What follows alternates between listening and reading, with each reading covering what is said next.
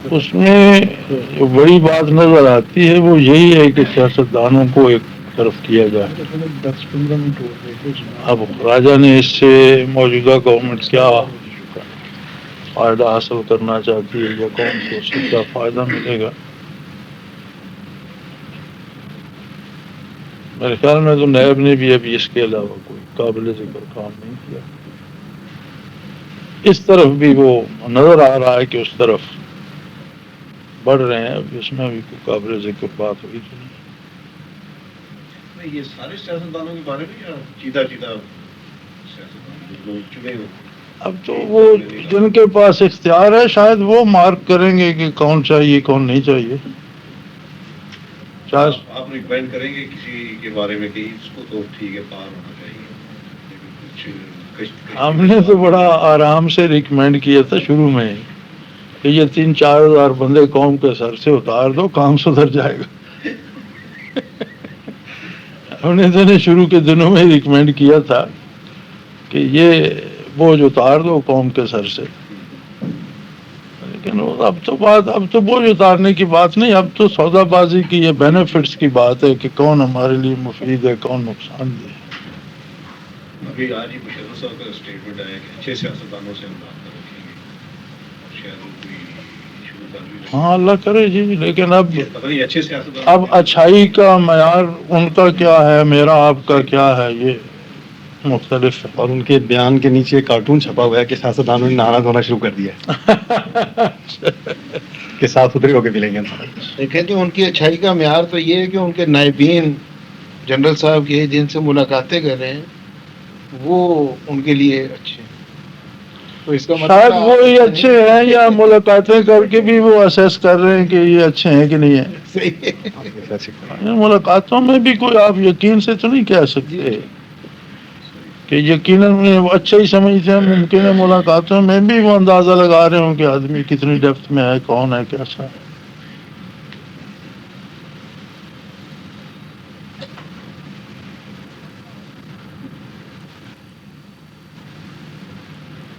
ابھی ہماری ماضی کی ایک ملزمہ وزیر ہے صاحبہ کا تعلق ایک اسٹیٹمنٹ آیا اور یہ پتہ نہیں کس پس منظر میں انہوں نے اسد الحق صاحب کے بارے میں فرمایا کہ ایک جوان شوہر کو اس کی بیوی سے اتنا عرصہ دور رکھنا مناسب بات تو صحیح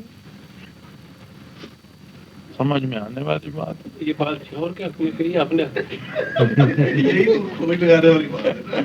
بات تو سچ کی ہے کسی کے حق میں بھی کی ہے کسی کے حق میں بھی کی ہے بات تو صحیح ہے. اور پھر عام آدمی ہو تو خیر ہے. اس نے یہ بھی کہا کہ نواز شریف کو رہا کر دے میں پاکستان واپس آ جاؤں گی. تو بنتا کسی بات اس سے تھوڑی سی لگتا ہے جیسے انہیں اپنے شوہر کو اطلاع دی.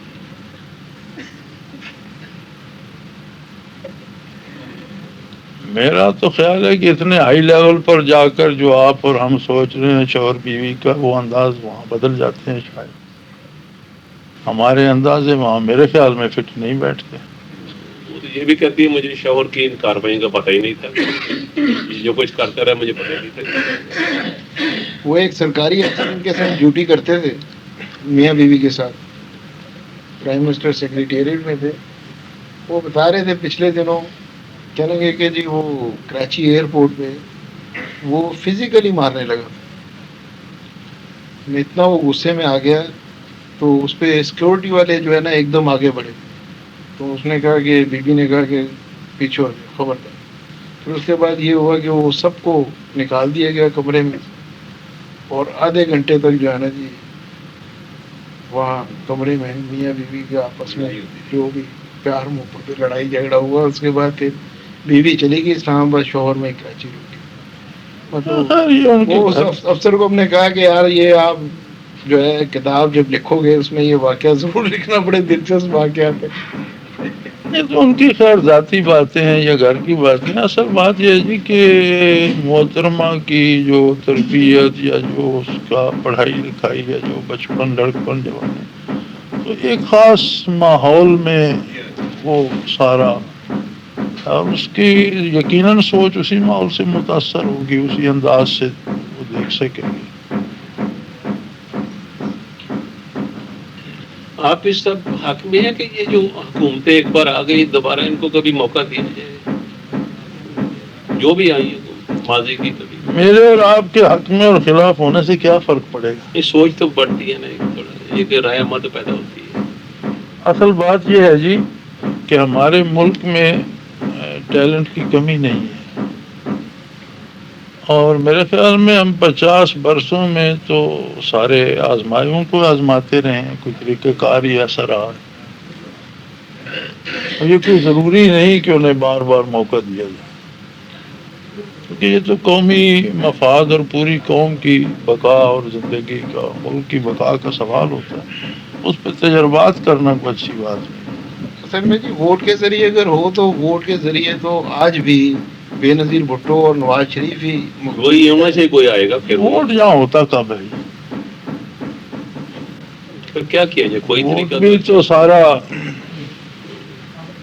اب یہ جو الیکشن ہوا تھا جس میں میاں صاحب کا بڑا ہیوی مینڈیٹ تھا، تو اس میں میرے خیال میں 16 یا 17% تو پریزیڈنٹ صاحب نے ایک دفعہ بتایا تھا کہ یہ ایوریج آ رہی ہے، پھر وہ بات کو رات کی نیوز میں 27%۔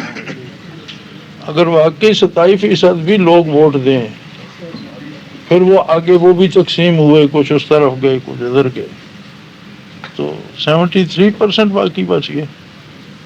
تو ووٹ کی حیثیت تو ختم ہوگی، کیا ووٹ کی حیثیت ہے جس میں 73% ہاں نہیں، وہ آہستہ آہستہ لوگوں کی دلچسپی تو کم ہوتی جاتی کم ہے ہوتی، ووٹ ڈالنے سے، اسی وجہ سے لیکن کم بہرحال یہ ہوتی کہ گئی جتنا نا۔ ووٹ ڈلتا ہے اس ووٹ کے حساب سے جی ہیں یہ دونوں ہی، مطلب پیپلز پارٹی کا ووٹ بھی تقریباً جو ہے جی 1970 کے بعد وہ ووٹ اس کا کم نہیں ہوا ہے، وہ تو ووٹ ڈالنے نہیں آئے، وہ دوسری بات ہے، ان کے حامی جی ان سے خفا ہو گئے، ووٹ ڈالنے نہیں آئے۔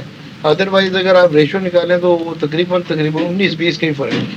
نواز شریف کے ووٹ بڑھے، وہ اس لیے کہ وہ جو اینٹی پیپلز پارٹی ووٹ تھا وہ سارا اس کے اوپر اکٹھا ہو گیا، لوگوں نے سمجھا کہ یہ مقابلہ کر سکتا ہے، اس وجہ سے اس کے ووٹ بڑھے۔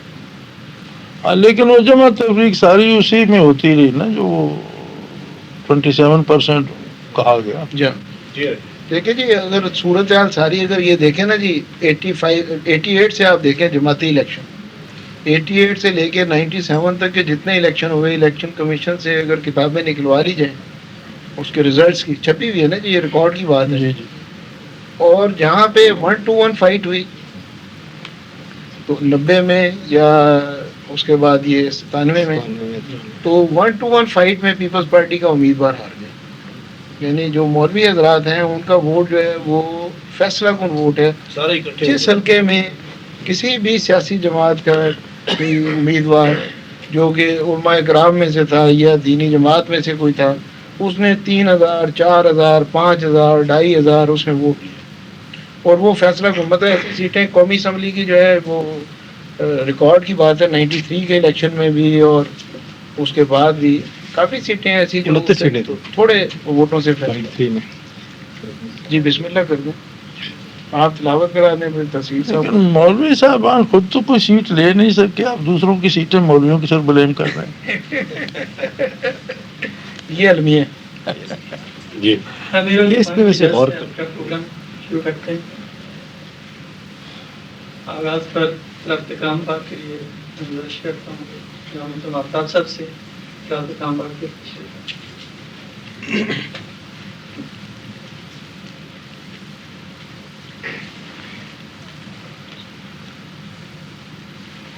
أعوذ بالله من الشيطان الرجيم بسم الله الرحمن الرحيم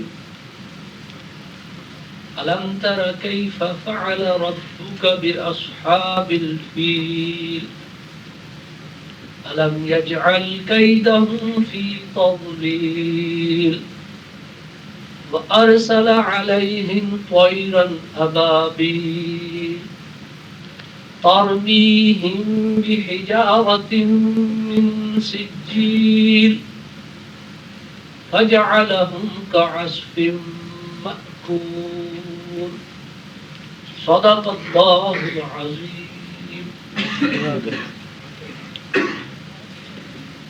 آج کا یہ پروگرام تنظیم عرفان کی جانب سے پاکستان یونین آف جرنلسٹ جس کو دستور کہا جاتا ہے، اور پنجاب یونین آف جرنلسٹ 9 منتخب ہوتے تھے کے کے نو مختلف عہدیداران کے یہ ہیں.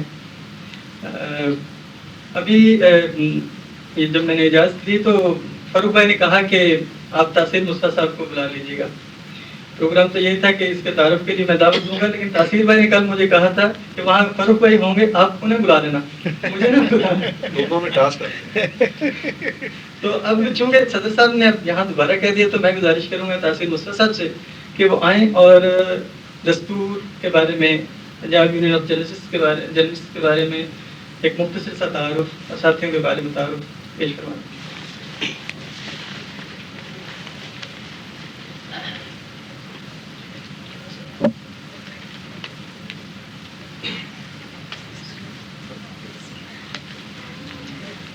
اعوذ باللہ من الشیطان الرجیم. بسم اللہ الرحمن الرحیم. گرامی القدر مولانا اختر امان صاحب، مولانا اکرم امان صاحب، جناب خواجہ فاروق سعید صاحب، تنظیم القوم کے عہدیداران، دوستوں، پنجاب یونین آف جرنلسٹ کے عہدیداروں اور کارکنوں، میں تنظیم القوم کا بےحد مشکور ہوں اور پنجاب یونین آف جرنلسٹ کے نومنتخب عہدیداران کی طرف سے جناب مولانا اکرم امان صاحب کا انتہائی شکر گزار ہوں کہ انہوں نے اس تقریب کا اہتمام کیا اور اس طرح ان کے ساتھ مل بیٹھنے اور ان کی گفتگو سننے کا ہمیں موقع میسر آیا.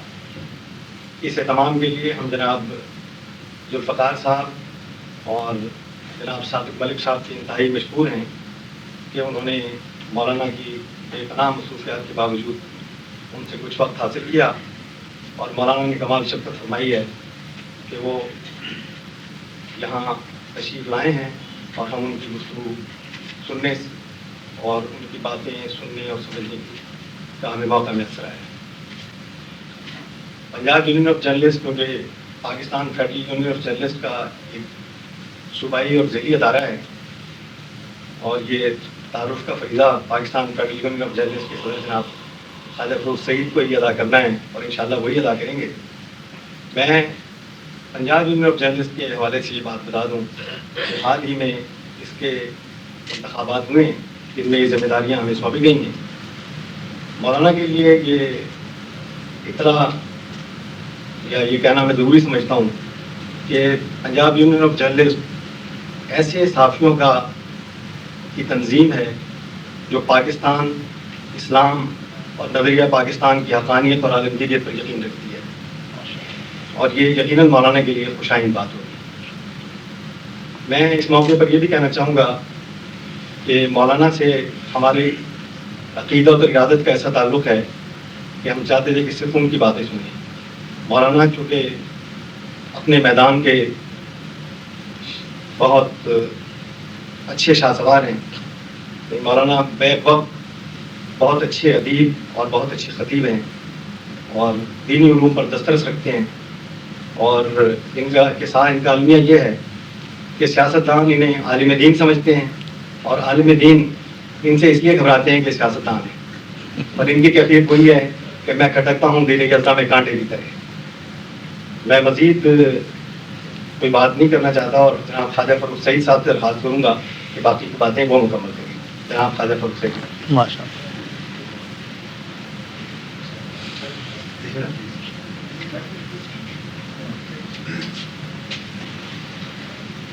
محترم جناب مولانا محمد اکرم امان صاحب اور میرے عزیز دوستوں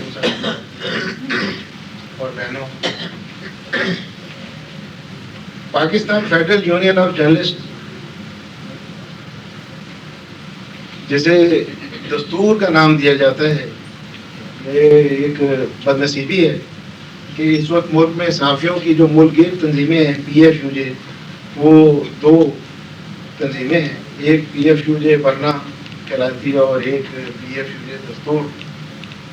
یہ تقسیم اس وقت ہوئی جب یہاں اس محفل میں موجود ہم میں سے بہت سے صحافی اس پیشے میں نہیں آئے تھے. اس کے کیا اسباب تھے اب میں اس پہ نہیں جانا چاہتا، لیکن بہرحال چونکہ میں PFUJ دستور کا صدر ہوں اس حوالے سے میں تھوڑی سی گزارش یہ کرنا چاہوں گا کہ 1986 میں یہ ایسے صحافیوں کا ایک اکٹھ ہوا جو ورنا صاحب کی اور رشید صدیقی صاحب کی جو اس وقت دو بڑے لیڈر تھے اور یونین کے، ان کی اختلافات ان سے اور دستور کی خلاف ورزیوں کے خلاف احتجاج کرتے ہوئے وہ اکٹھے ہوئے اور انہوں نے ایک اپنی راؤ پارٹی بنائی جس کا 1987 میں پہلی مرتبہ الیکشن ہوا اور پی ایف یو جے دستور تشکیل پائی۔ میں تیسرا اس کا صدر ہوں، مجھ سے پہلے سعود ساحر صاحب اور نیاز مدنی صاحب صدر رہ چکے ہیں۔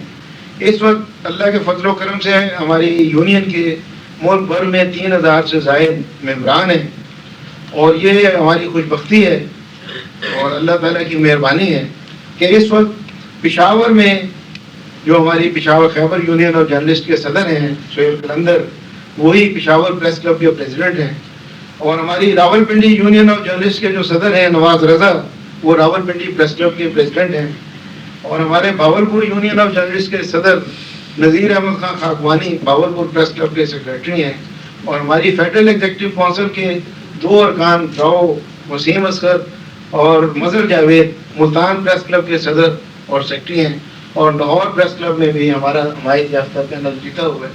تو اے بی پی ایک بڑا ادارہ ہے اخباری صنعت میں، اس کے اسلام آباد میں یونین میں تمام لوگ، پورا پینل ہمارا اللہ کی مہربانی سے کامیاب ہوا، اور لاہور میں بھی جو A B P employees union Punjab کہلاتی ہے اس میں ہمارے ساتھی کامیاب ہوئے، اور نیوز کی یونین میں لاہور میں پریزیڈنٹ جلیل الرحمان ہمارے ساتھی ہیں اور ابھی وہ تشریف لاتے ہی ہوں گے۔ پی یو جے کے الیکشن میں تحصیل مصطفیٰ صاحب اور ان کا آپس میں الیکشن ہوا اور اگرچہ وہ کامیاب نہیں ہوئے اور تحصیل صاحب کامیاب ہوئے اس الیکشن میں، لیکن یہ ہماری یونین کا حسن ہے کہ جیتنے والے اور ہارنے والے سب ایک پلیٹ فارم پہ اسی محبت سے کام کرتے ہیں۔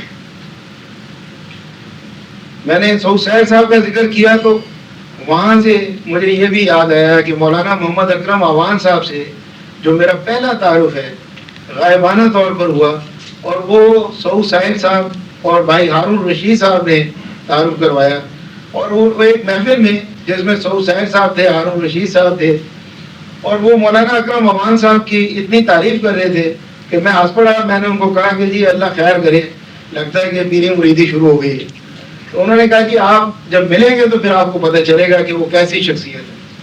تو پہلی مرتبہ ان کا دیدار ہوا، جماعت اسلامی نے یہاں آواری میں ہی ایک آل پارٹیز کانفرنس بلائی تھی، اس میں مولانا تشریف فرما تھے، لوگوں نے تقریریں کی، اور جب آپ کی باری آئی تو آپ نے فرمایا کہ بھائی یہاں تو لیڈر تھے، لیڈروں نے تقریریں کی ہیں، میں تو ایک سیدھا سادہ آدمی ہوں، جب لڑنا ہوگا تو میں حاضر ہوں۔ اور یہ کہہ کہ یہ بیٹھ گئے، مجھے بڑی مایوسی ہوئی۔ میں نے کہا جی میں نے تو ان کی خلافت کا اتنا وہ چرچا سنا ہوا تھا، تو ان کے تو خیالات ہی کوئی نہیں سن سکے، یہ انہوں نے کیا کیا۔ بہرحال آج خطاب تو ان کا آج سنیں گے۔ مولانا اکرم اعوان صاحب جو ہیں ایک راز کے امین بھی ہیں، اور میں یہ چاہوں گا کہ آج وہ ہمارے ساتھ اس راز میں شیئر کریں۔ یہ واقعہ ہے 99 کا، نواز شریف ملک کا وزیر اعظم تھا، اور مولانا اکرم اعوان کی تنظیم الاخوان اور ڈاکٹر طاہر القادری کی پاکستان عوامی تحریک اور عمران خان کی تحریک انصاف کے درمیان ایک معاہدہ ہوا یا اشتراک عمل ہو۔ محسوس یہ ہوتا تھا کہ ایک طرف پاکستان عوامی اتحاد، دوسری طرف مسلم لیگ نواز شریف، اور تیسری طرف مولانا اکرم اعوان، ڈاکٹر طاہر القادری اور عمران خان کی شکل میں ایک اور سیاسی پلیٹ فارم سامنے آ رہے ہیں۔ لیکن جگہ یہ خبر آئی کہ مولانا اکرم اعوان صاحب کی اس وقت وزیر اعظم نواز شریف سے ملاقات ہوئی ہے، اور اس ملاقات کے بعد مولانا اکرم اعوان صاحب اس اتحاد سے شاید ایک طرف ہو گئے، اور ڈاکٹر طاہر القادری اور عمران خان پاکستان عوامی اتحاد کے جلسے میں چلے گئے، اور 1 ستمبر کو وہ ریلی نکلی جو نواب زادہ نصر اللہ خان کی رہائش گاہ سے فیصل چوک تک آئی، اور جس نے نواز شریف کے خلاف اور جنرل پرویز مشرف کی حمایت میں فضا بنانے میں ایک اہم کردار ادا کیا۔ اس کے بعد جی ڈی اے تشکیل پائی۔ یہ سارے سیاسی حالات، ہم سب سیاست کے طالب علم ہیں، پولیٹیکل رپورٹر ہم میں سے بہت سے یہاں بیٹھے ہیں، ہم چونکہ رپورٹنگ کرتے ہیں، یہ سارے معاملات دیکھتے ہیں۔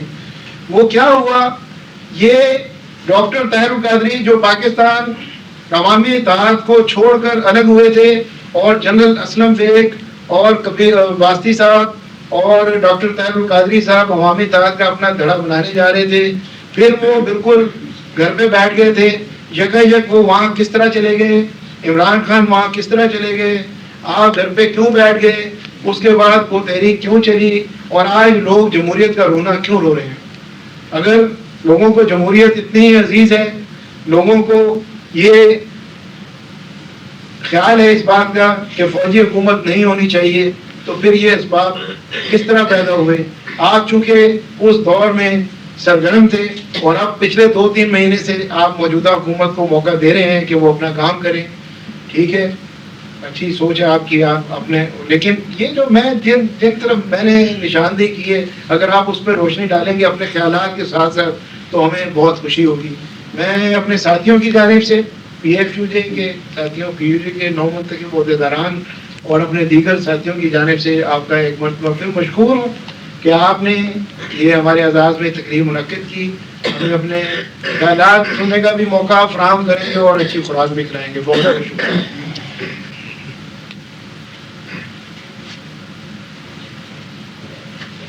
یہ بات میرا خیال ہے ڈائریکٹلی تمہیں فاروق میں نے اس کو خود ہی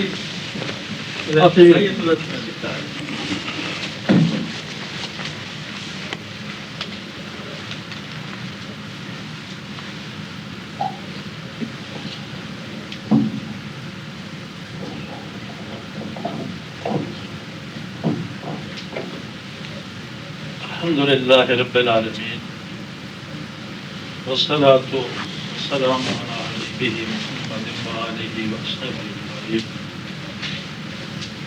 اعوذ باللہ من الشیطان الرجیم، بسم اللہ الرحمن الرحیم۔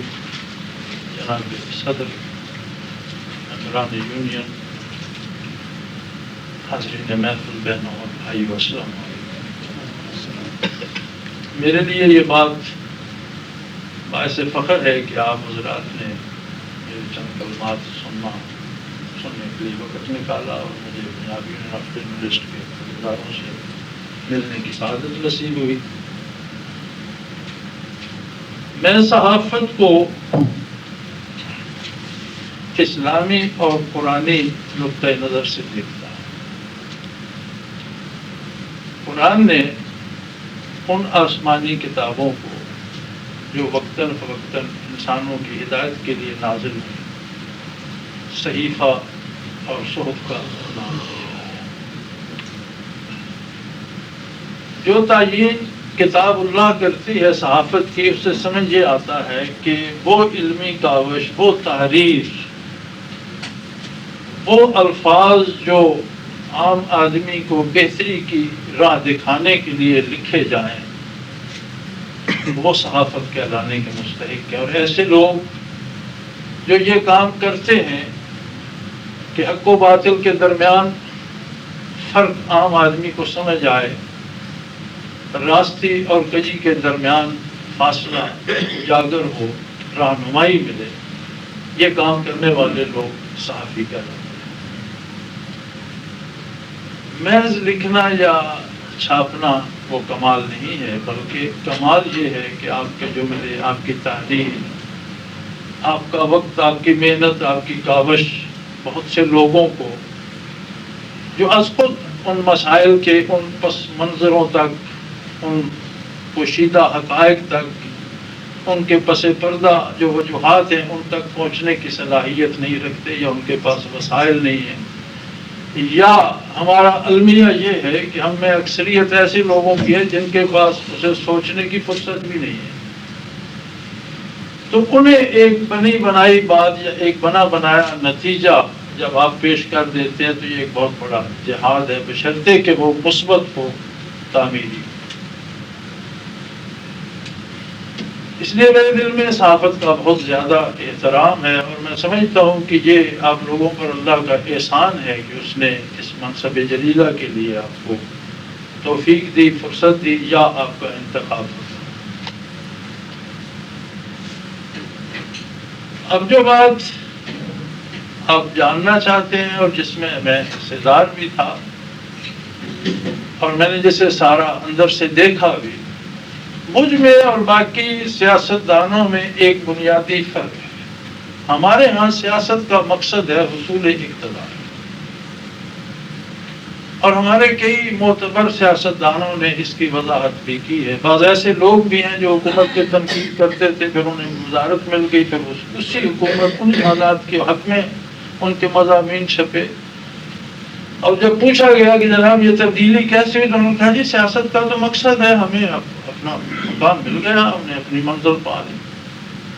میرا اس سے اختلاف ہے، میں حصول اقتدار کو سیاست نہیں سمجھتا، بلکہ میں یہ سمجھتا ہوں کہ ملک کی بقا کے لیے یا عام آدمی کے حقوق کے لیے یا عام آدمی کی سہولت کے لیے جو محنت اور مجاہدہ کیا جائے وہ سیاست ہے، اور جس میں قومی بھلائی ہو، عام آدمی کی جس میں بھلائی ہو، اس کے لیے جو محنت کی جائے، اس کے لیے جو مجاہدہ کیا جائے، یہ جو عمل ہے اس کے لیے جو پروسیس کیا جائے، میں اسے سیاست سمجھتا ہوں۔ جب یہ عوامی اتحاد بنا، جی ڈی اے جب بنا، تو مجھے بھی انہوں نے یاد فرمایا، اور میں نواب دادا صاحب کی یاشکا پہ بھی حاضر ہوا، تو میں نے اس وقت بھی ان سے یہ گزارش کی تھی کہ آپ کا 1 پوائنٹ ایجنڈا ہے کہ نواز حکومت نہیں ہونی چاہیے،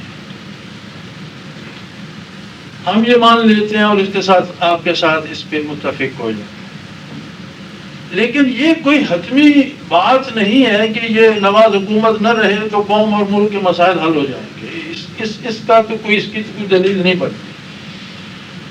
تو آپ از رائے کرم وہ پروگرام دیں کہ اگر نواز حکومت نہیں رہے گی اور اللہ کرے آپ لوگ آ جائیں یا یہ گرینڈ ڈیموکریٹک الائنس آ جائے یا کوئی جو آنے والی جو حکومت ہے وہ جو حالات ملک کی چل رہے ہیں ان میں کیا مثبت تبدیلیاں کرے گا، اگر وہ پروگرام آپ ہمیں دیں اور اس پہ ہمارا اتفاق ہو تو پھر ہم آپ کے ساتھ۔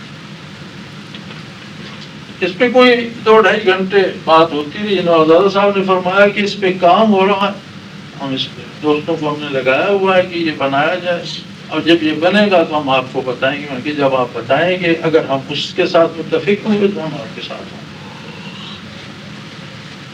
پھر اجلاس ہوا، غالباً پی سی میں ہوا، میری کچھ طبیعت ٹھیک نہیں تھی اور میں بیمار تھا، ڈرپ لگے ہوئے تھے، اسپتال میں تھا، لیکن میں اس اجلاس کے لیے آیا، اور اس میں بھی میں نے یہ گزارش کی، آپ حضرات میں سے بھی کچھ ساتھی وہاں ضرور ہوں گے، میں نے مختصر سی تقریر کی، چونکہ میرے خیال میں اسٹیج پر بہت سے لوگ بیٹھے تھے، ان کی ضرورت تھی کہ سب کو تھوڑا تھوڑا وقت ملے، تو میں نے 3-4 منٹ بات کی، اور میں نے یہی عرض کیا تھا کہ آسمان سے جو روزی برستی ہے وہ اونچی شاخوں پہ کیوں اٹک جاتی ہے، جو زمین پہ چلنے والی مخلوق ہے اس تک کیوں نہیں پہنچتی؟ یہی ہماری ہوٹل، یہی ہوٹل تھا۔ اور یہ بھی عرض کیا تھا کہ آپ کے پاس تعلیم کا کیا پروگرام ہے کہ اس ملک میں کوئی 5-6 قسم کے نظام تعلیم ہے، ایک خاص طبقے کے لیے ایک بڑا اسپیشل انتظام ہے، اس سے دوسرا درجہ، تیسرا، چوتھا، عام آدمی تو 5ویں درجے پہ چلا جاتا ہے جہاں ذلت و رسوائی اسے ملتی ہے، اس کے بچے بھاگ جاتے ہیں، مار پیٹ کر سکول چھوڑتے ہیں، سکول والے مار کے بھگا دیتے ہیں۔ تو اس میں آپ کیا مثبت تبدیلیاں کریں؟ آپ کی عدالتوں کا انصاف خریدا اور بیچا جا رہا ہے، جو کمزور ہوتا ہے وہ بے گناہ بھی گناہگار ہے، جو طاقتور ہوتا ہے وہاں پر قانون بھی پیٹ دکھا جاتا ہے، پولیس بھی اس کو ہاتھ نہیں ڈالتی، حکومت بھی نہیں پوچھتی۔ اس معاملے میں آپ کیا کریں؟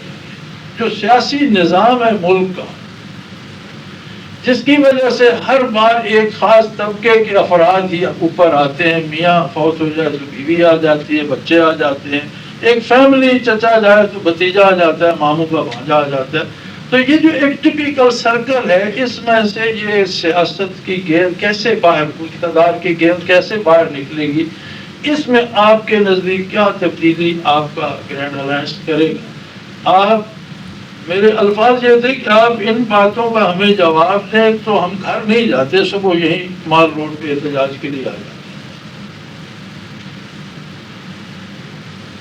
اس ملاقات کے بعد پھر عمران خان صاحب تشریف لائے میرے پاس. ویسے میری ان کی پہلے سے بہت اچھی ملاقات ہے, میرے اچھے دوست ہیں. ان کی سیاست کا سٹائل کا سیاسی جماعت یا وہ ان کا اپنا پرابلم ہے. میرے ساتھ ان کے پرانے تعلقات ہیں, دوست ہیں. وہ تشریف لائے میرے پاس اور ان کا جی میں طاہر القادری صاحب کے پاس بھی گیا اور ہم یہ چاہتے ہیں کہ جو آپ چاہتے ہیں وہی ہم بھی چاہتے ہیں, کوئی قادری صاحب بھی چاہتے ہیں, تو ایک کوشش مل کر کی. میں نے کہا جی بسم اللہ مل کر کر لیں, لیکن کوئی ایجنڈا آپ بنائیں کہ ہم جب اتحاد بناتے ہیں تو ایک فرسٹ پوائنٹ تو سارے اتحادوں کا یہ بن رہا ہے کہ جی نواز شریف اور ہم یہ چاہتے ہیں کہ جو آپ چاہتے ہیں وہی ہم بھی چاہتے ہیں, کوئی قادری صاحب بھی چاہتے ہیں, تو ایک کوشش مل کر کی. میں نے کہا جی بسم اللہ مل کر کر لیں, لیکن کوئی ایجنڈا آپ بنائیں کہ ہم جب اتحاد بناتے ہیں تو ایک فرسٹ پوائنٹ تو سارے اتحادوں کا یہ بن رہا ہے کہ جی نواز شریف حکومت نہیں ہونی چاہیے. اگر نواز شریف حکومت نہیں ہونی چاہیے تو حکومت میں کیا تبدیلی آئے گی, اس کی جگہ کون آئے گا, اور ہمیں اس کون کے آنے سے زیادہ دلچسپی اس بات میں کہ وہ کرے گا کیا.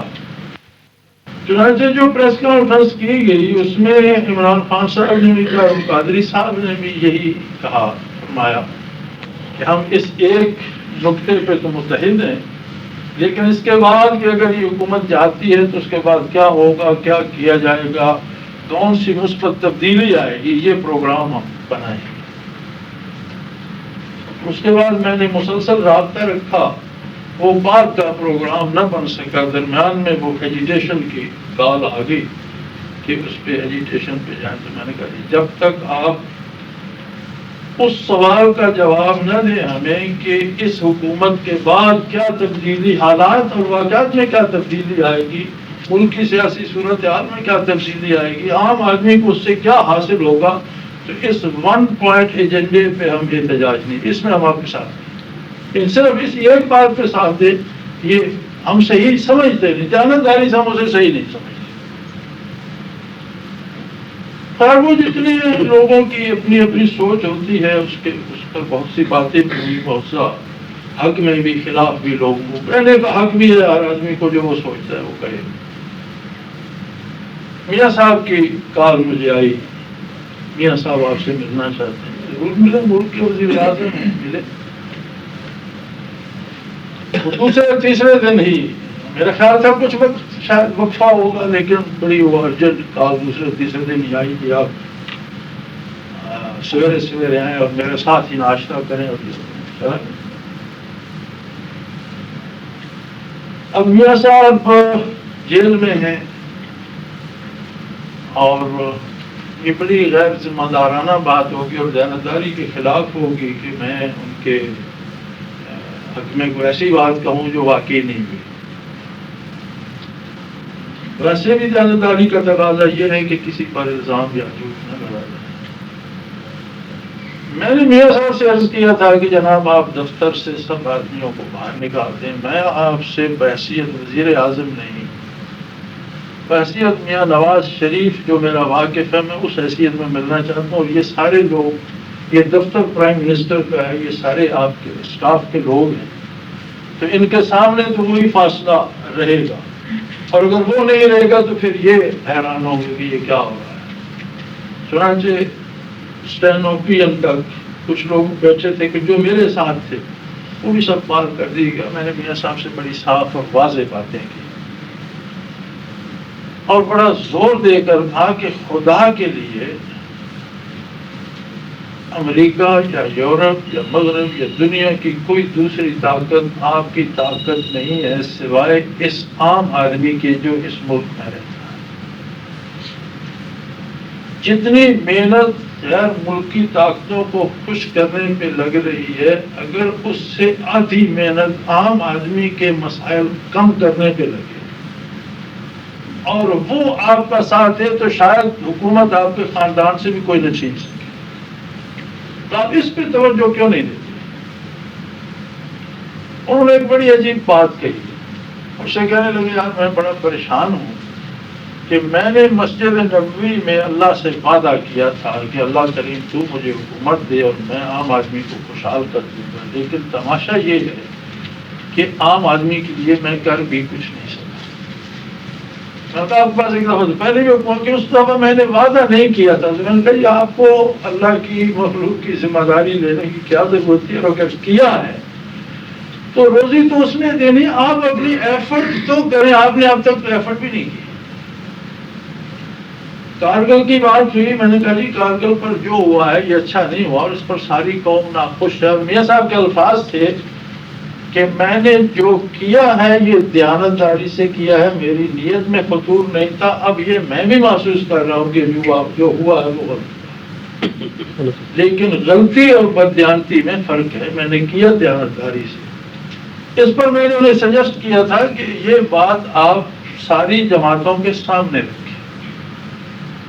اس صورتحال کو آپ آل پارٹیز کانفرنس بلائیں اور ملک کے جتنے بزرگ یا سیاستدان ہیں ان کے سامنے صورتحال رکھیں کہ یہ وجوہات تھیں، یہ صورتحال تھی، اس وجہ سے ہمیں یہ کرنا پڑا، اور اس میں ہم نے یہ فائدہ سمجھا تھا، یہ نقصان کا اندیشہ تھا، ہماری نیت صحیح تھی، اگر غلط بھی ہوا ہے تو اب اس کا کفارہ کس طرح سے کیا جائے، تو بجائے اس کے کہ یہ ایک ایجیٹیشن کا ایشو بنے، یہ ایجیٹیشن کا ایشو نہیں ہے، یہ قومی مسئلہ ہے اور اسے سلجھایا جانا چاہیے مل جل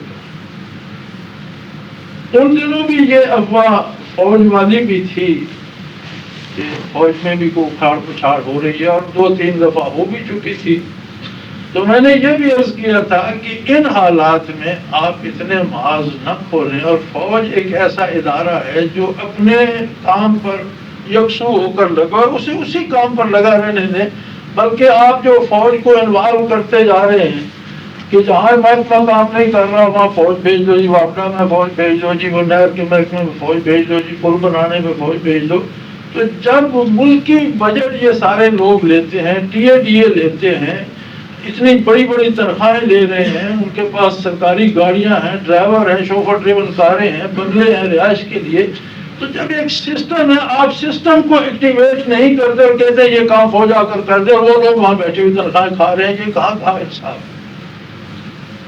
آپ اس سسٹم کو ایکٹیویٹ کریں، اور جو لوگ اس کام کے کرنے کی اجرت لے رہے ہیں، تنخواہ لے رہے ہیں، سہولتیں لے رہے ہیں، ان لوگوں سے وہ کام لیں۔ آپ کی کامیابی سسٹم کو ایکٹیویٹ کرنے میں، کام چلانے میں نہیں کہ آپ کا کام چل جائے۔ پھر آدھی حکومت تو آپ خود فوج کے سپورٹ کر چکے ہیں، اس محکمے میں بھی فوج، اس محکمے میں فوج، اس محکمے میں فوج۔ اگر میں نے یہ سوال بھی کیا تھا کہ اگر خدا نخواستہ آپ کی فوج بھی وہ کام نہیں کر سکتی، وٹ نیکسٹ؟ آپ کے پاس باقی کیا بچتا ہے کہ آپ پھر وہ کر دیں؟ تو آپ اس آخری سٹیج پر ملک کو نہ لے جائیں، کیونکہ تقریباً گھنٹے کے قریب یا اس سے کچھ کم و بیش یہ بات چلتی رہی، اور میاں صاحب نے مجھے اپنا بیڈ روم کا فیکس نمبر دیا کہ یہ میری ذاتی پرائیویٹ فیکس ہے، اس پہ کوئی ملازم ریسیو نہیں کرتا، میں خود ریسیو کرتا ہوں، آپ یہ سارا جو ہماری باتیں ہوئی ہیں یہ مجھے لکھ کر بھیج دیں تاکہ میرے پاس ایک نوٹ آ جائے اس کے مطابق کام۔ وہ میں نے لکھا، غالباً 8 صفحے بنے تھے جو اسی نمبر پر، وہی ایک فیکس اس نمبر پر میں نے کیا، اور ایک دفعہ بعد میں ایک ریمائنڈر اس نمبر پہ بھیجا کہ جناب وہ فیکس بھی خوب باتیں لگ گئی، کوئی جواب سوال کو ہاں نہ کچھ تو بتایا جاتا، لیکن اس پر شاید انہیں وقت نے پھر فرصت ہی نہیں دی، یا اٹ واز ٹو لیٹ، ان کی اپنی مجبوریاں ہوں گی، ان کے گرد جو حالات کا تانا بانا تھا اسے وہ فیس کر رہے تھے، اب اس سے بہت واقف نہیں۔ یہ صورتحال اس ملاقات کی تھی، اور اس جلوس میں نہ جانے کا جو سبب تھا وہ میاں صاحب کی ملاقات نہیں تھی، بلکہ ان کا وہ وعدہ تھا کہ ہم آپ کو آئندہ کا پروگرام دیتے ہیں، دیں گے، جو انہوں نے نہ دیا، بلکہ میری پہلے دن کی یہ شرط تھی کہ ہم آپ کا ساتھ تب دیں گے کہ آپ ہمیں آئندہ کے لیے کوئی قومی پروگرام دیں۔ اب ہم آ جاتے ہیں آج کی صورتحال پر۔ میری ذاتی رائے میں اس ملک کے جتنے لوگ ہیں شاید وہ نیک نہ ہوں گے، میری طرح کے ہوں گے، ہم خطا کار ہوں گے، اچھے نہیں ہوں گے، لیکن ہماری ایک تمنا ہر دل میں ہے کہ میرے ساتھ وہ ٹریٹ کیا جائے بحیثیت مسلمان میں جس کا مسلم ہے۔ ایک عام آدمی جسے کلمہ نہیں آتا، ایک عام آدمی جسے نماز نہیں آتی یا نماز کا معنی نہیں آتا، ایک عام آدمی جو سارا دن جنگل میں بھیڑیں چراتا ہے، اس کی بھی آرزو یہ ہے پاکستان بننے سے لے کر، چونکہ پاکستان اس نظریے پر، اس آئیڈیالوجی پر بنا تھا کہ وہاں اسلام کے مطابق تمہیں طرز حیات میسر ہوگا، تو ہر آدمی کی آرزو یہ ہوتی ہے کہ اگر اسے سزا بھی دی جائے تو وہ دے دو، گردن کاٹ دو، لیکن یہ تو بتاؤ کہ اس شریعت اس کی گردن کاٹنے کا حکم دے رہی ہے، تم میری گردن نہ کاٹو۔ یا وہ بینیفٹس جو بحیثیت مسلمان شہری کے مجھے اسلام دے رہا ہے، یا ایک عام شہری کو بحیثیت شہری کے یا بحیثیت انسان کے جو دین دے رہا ہے، وہ آپ کیوں نہیں دیتے؟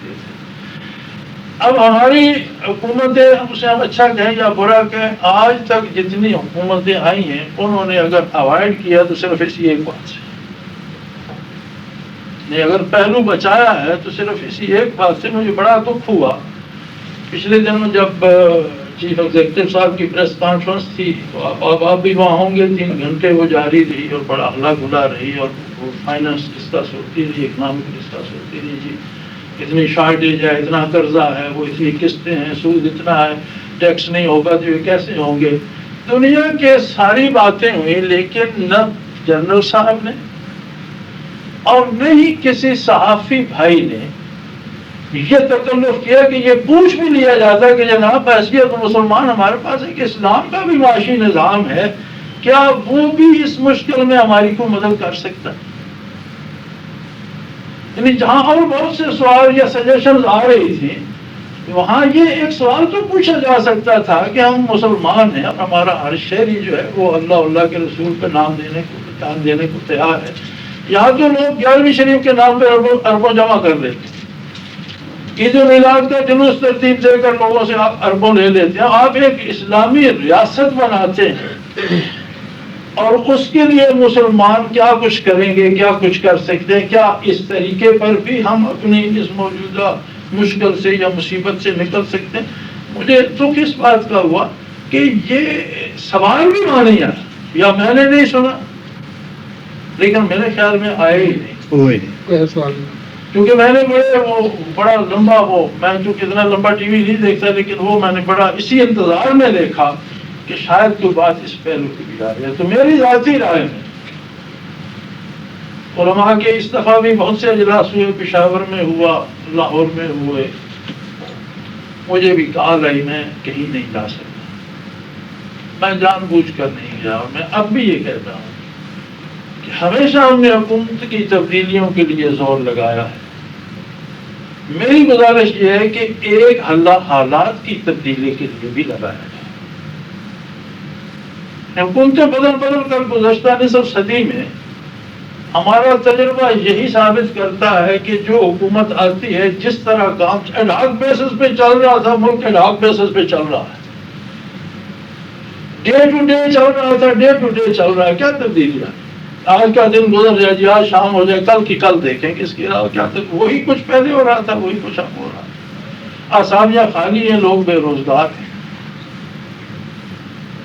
اور ٹیکس بڑھ رہے ہیں، فیسلٹی کوئی کسی کو دیتا نہیں۔ میں نے میاں صاحب کی حکومت میں جب انہوں نے کانفرنس ہال میں اسلام آباد کی تھی تو میں نے اسٹیج پر یہ عرض کیا تھا کہ میاں صاحب لوگ کیوں آپ کو ٹیکس دیں؟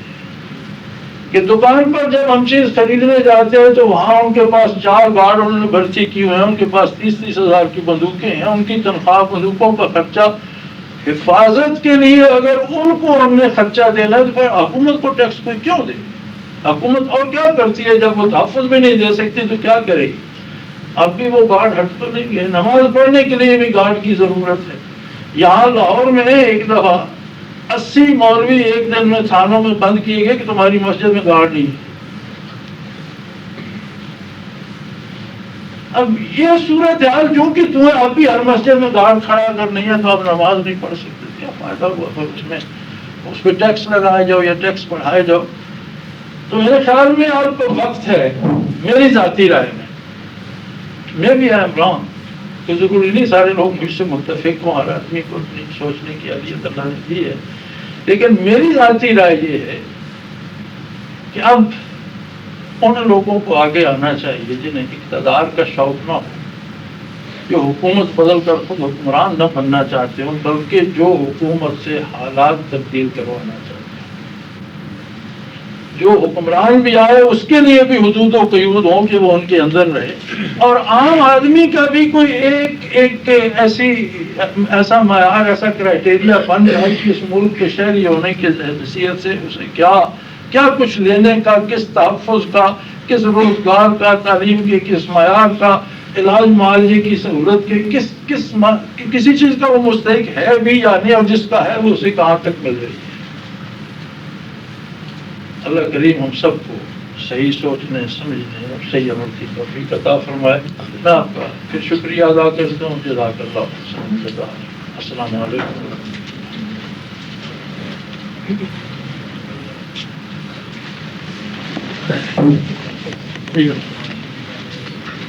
آپ کا سوال تو لمبا تھا، میں نے لپیٹ دیا۔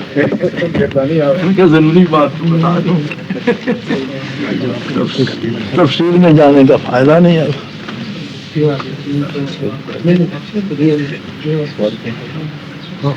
کسی صاحب کے ذہن میں کوئی سوال ہو تو سوال کر سکتے ہیں۔ یہ کارگل کے بارے میں جو آپ نے بتایا، اس میں وضاحت نہیں ہو سکی کہ نواز شریف نے کس بات کو غلطی قرار دیا؟ کارگل پہ چڑھائی کو غلطی قرار دیا؟ نہیں، یہ جو نواز شریف صاحب کا ڈائریکٹ انہیں تو پتہ ہی کچھ نہیں تھا، یہ پھر اب ان کی مرضی، کون روک سکتا ہے؟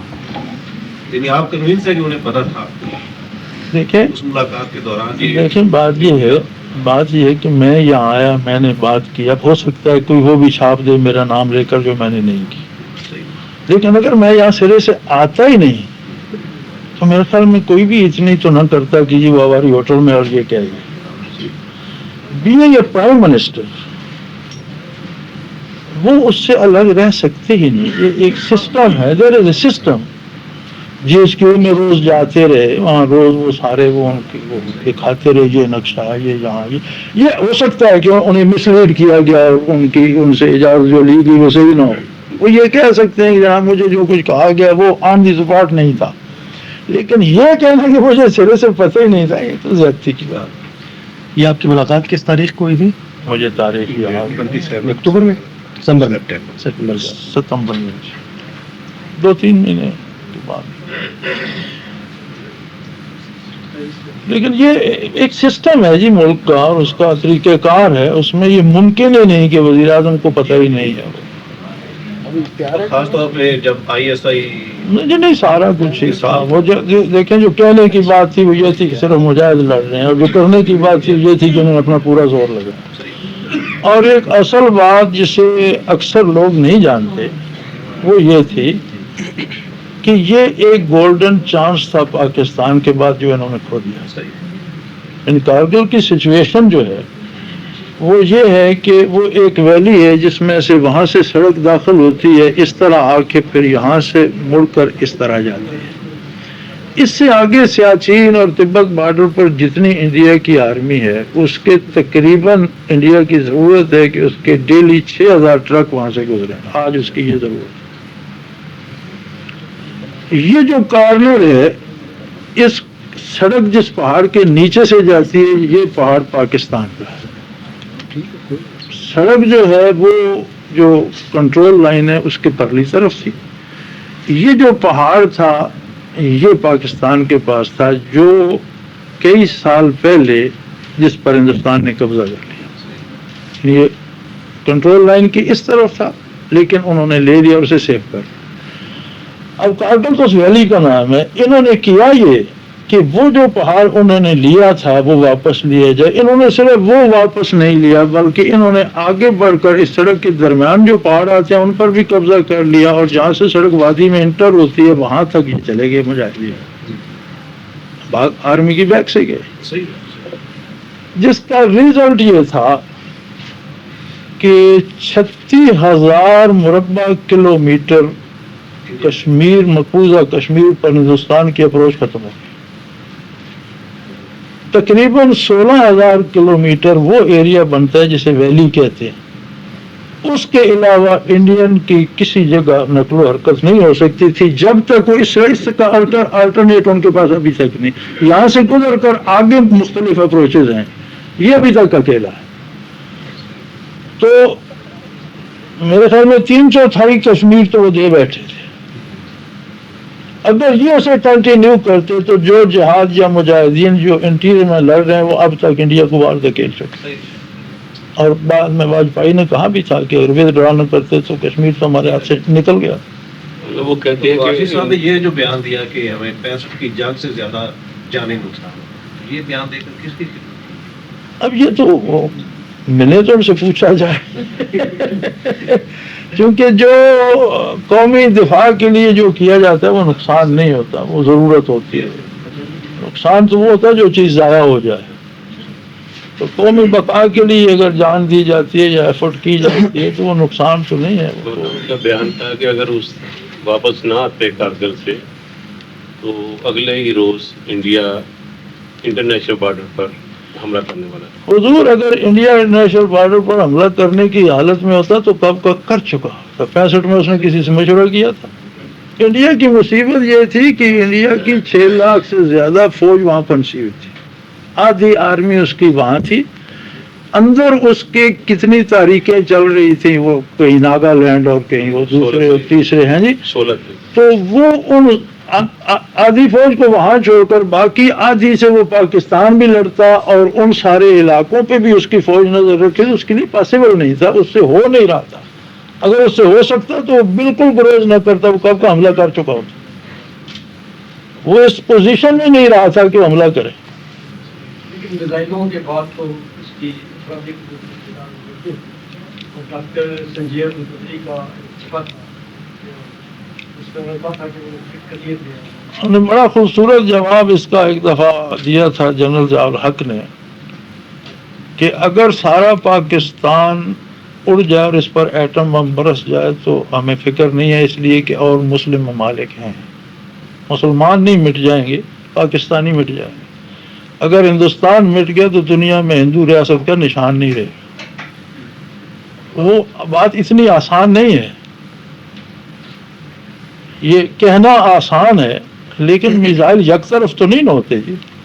اگر میزائلوں پہ بات آتی ہے تو پھر دونوں طرف چلتے ہیں. اور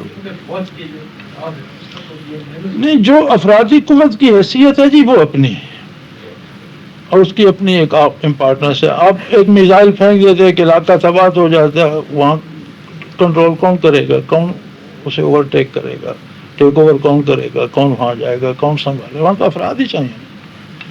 افراد کے بغیر تو بات نہیں بنتی. یہ الگ بات ہے کہ جو بات ایک بندوق چلا کے کرنی تھی ایک دم سے آپ نے ایک راکٹ چلایا تو وہ کام تو ہو گیا، لیکن باقی کام تو پھر افراد کا ہی ہے. مولانا آپ کی گفتگو سے اندازہ یہ ہوتا ہے کہ آپ یہ جو موجودہ جمہوری نظام سے بولیں تاکہ سب سمجھیں. میں سوال یہ کرنا چاہ رہا تھا کہ مولانا کی گفتگو سے اندازہ یہ ہوتا ہے کہ مولانا یہ سمجھتے ہیں کہ موجودہ جو جمہوری نظام ہے وہ ہمارے مسائل کا حل نہیں ہے اور نظام کی تبدیلی کا ذریعہ نہیں ہے. تو میرا سوال یہ ہے کہ ان کے ذہن میں کیا نظام ہے جو ہمارے مسائل کا حل ہو اور نظام اور باقاعدہ افراد کی بجائے نظام تبدیل ہو جائے. بڑی ایک مزے کی بات کی تھی مجید نظامی صاحب نے. مجھ سے فرمانے لگے کہ یار تم روز نظام کی بات کرتے ہو، کوئی ایسا تماشا نہ جوڑ دینا کہ جو ہمارا پہلے چل رہا ہے وہ بھی ختم ہو جائے اور جو تم لاؤ وہ بھی فیل ہو جائے. کہ یہ کیا پکھنڈ جوڑ رکھا ہے. میں نے عرض کیا جی بات بڑی سادہ سی ہے. ہم اپنی مشکلات کا حل چاہتے ہیں.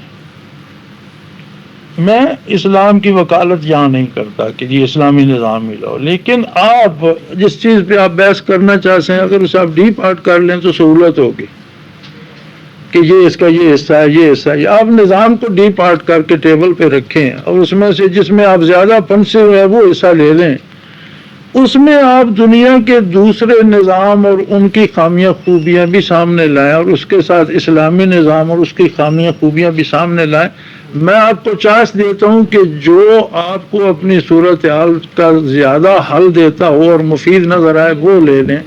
اور میں نے عرض کیا تھا کہ میرا دعویٰ یہ ہے کہ آپ اسلام ہی چنیں گے، اس لیے کہ دنیا میں جو ترقی یافتہ قومیں ہیں ان کے اکنامکس کو آپ ڈسکس کر لیں تو جب اسلام نے معاشی اصول دیے تھے اور اسلام دنیا پر چھایا تھا تو آج دنیا کی ترقی یافتہ اقوام نے وہ اصول وہاں سے اخذ کیے ہیں، اسلام کو نہیں اپنایا لیکن وہ اصول اپنا لیے، اور جہاں انہوں نے اسلام کے اصول نہیں اپنائے وہاں وہ خود اپنی موت مار رہی ہیں۔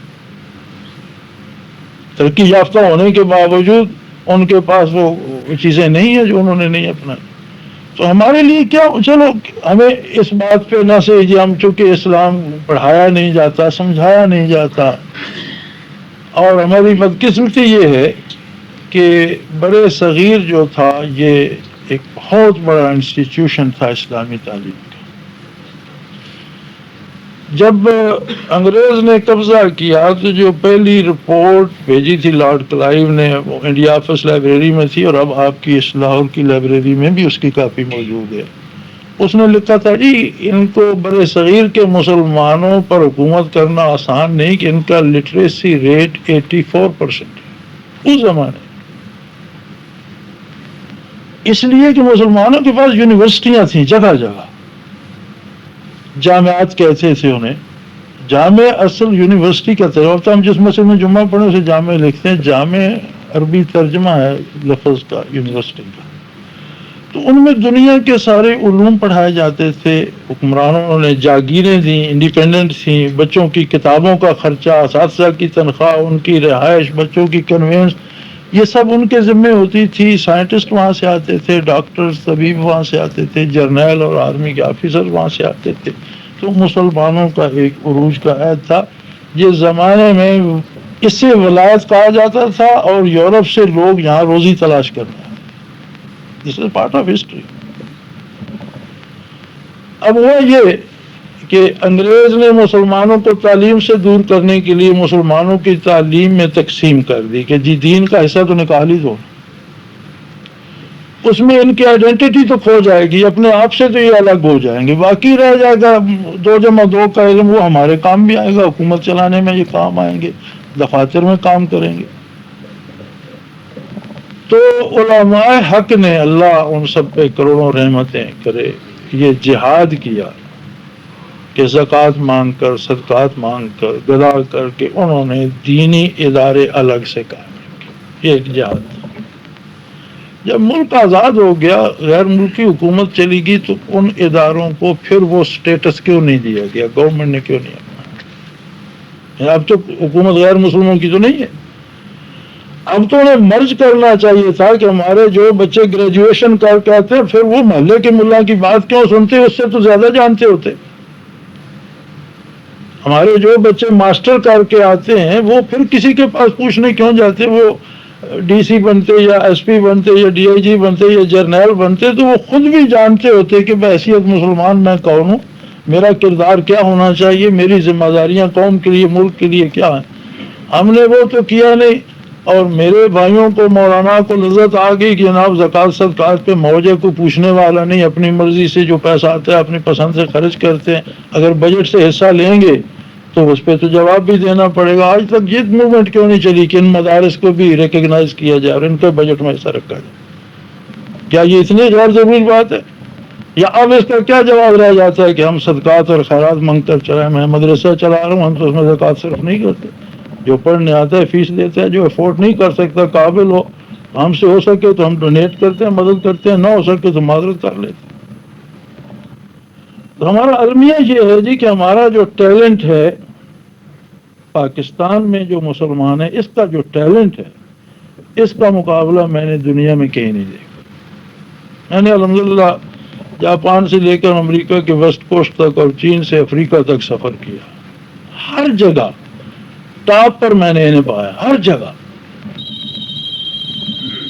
سائنٹسٹ اچھے ہیں، استاد اچھے ہیں، ڈاکٹر اچھے ہیں، کہیں لائرز اچھے ہیں۔ جس ملک میں آپ چلے جائیں آپ کو چوٹی کے وکیل ملیں گے، چوٹی کے ڈاکٹر ملیں گے، چوٹی کے ٹاپ کے سائنٹسٹ ملیں گے۔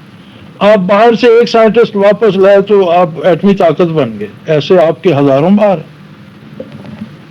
برطانیہ میں ایک نئی چیز ایجاد ہوئی تھی چند سال پہلے، 10-12 سال پہلے، کہ ایک جہاز استعمال ہوا تھا 65 وار میں، اب وہ جو پرانا جہاز تھا اس میں انہوں نے ایک نئی چیز ایجاد کی کہ یہ تبدیلی اگر لگا دی جائے تو یہ ایٹامک وار ہیڈ لے جا سکتا ہے. تو مجھے بڑا وہ شوق ہوا کہ یہ عجیب ایجاد ہے کہ ایک اس پرانی چیز کو کھٹارے کو اس نے F-16 17 18 کے مقابلے میں کھڑا کر دیا. یہ کیا؟ تو میں وہاں تھا برطانیہ میں نے تلاش کیا تو وہ لڑکا جو اس کا موجد تھا وہ فیصل آباد کا رہنا سٹیزن برطانیہ کا ہے. اس کا والد وہاں گیا اور وہ آپ کا یہاں کا فیصل آباد کا تھا. اور ان دنوں انڈین آرمی نے ایئر فورس نے کچھ اپنے جہاز وہاں بھیجے تھے. وہ اکوپمنٹ اسے وہ لگوا رہے تھے. اس طرح کا ٹیلنٹ جو ہے وہ آپ کا بکھرا ہوا. تو میں تو اس لیے چاہتا ہوں کہ حالات میں تبدیلی آئے, یہ ٹیلنٹ یکجا ہو, لوگ اپنے آپ سے آشنا ہوں, انہیں پتہ چلے کہ ہماری ذمہ داری کیا ہے اور ہمارے حقوق کیا ہے. اور انداز دوں حکومتیں بدلے جاؤ اس میں تو ہماری بیتی ہے. ہم تو کنارے گور جا پہنچے اس بدلی میں, ہمیں تو کوئی فائدہ نظر آیا نہیں.